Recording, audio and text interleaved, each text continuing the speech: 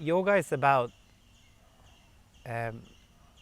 connecting and disassociating myself from what is less real and gaining a deeper experience of what is more real and maybe possibly one day what is ultimately real. I mean, I'm very much in a state of duality, and under no circumstances do I really call myself a yogi. But to me, what I think yoga is and what I feel yoga is that it helps me to get in contact with something that is steady, that is clear, and that doesn't waver. Something that provides insight and a kind of gravity to truth, and that helps me to kind of clear away the chittery chatter in my mind and the kind of bubbles that kind of arise on the surface. That's what further, yoga to me is like coming home after being out a long winter night. You come home, take a bath, that's yoga. And you feel at ease, you relax. But that being said,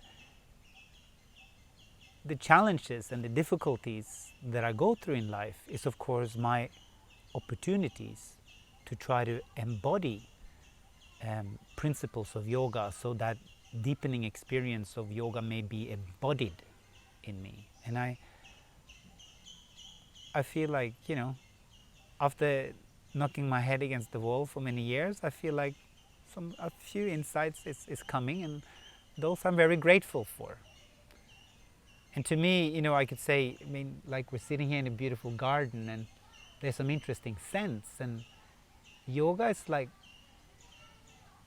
it's this incredible scent that you smell, and it makes you feel good, and it enlivens your senses, but I'm not really sure what it is because I can't define it, but I'm willing to try to find out the source of it, and thus continue to kind of search for where that beautiful scent is coming from that awakens your senses in such a beautiful way. That is yoga. Yoga is also realizing all the things that you're not and realizing what you are.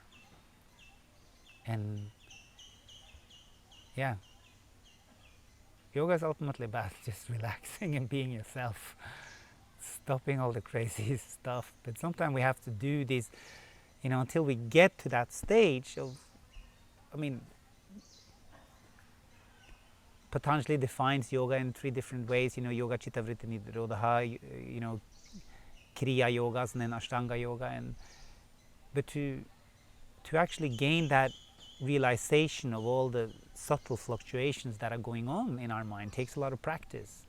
It takes a deep sense of honesty and commitment and vulnerability to see through the shifting layers of stuff that we're caught up in. But as one is able to do that, one gains a tremendous sense of confidence and steadiness, and eventually becomes the integrated person, an integrated being rather than a fragmented being.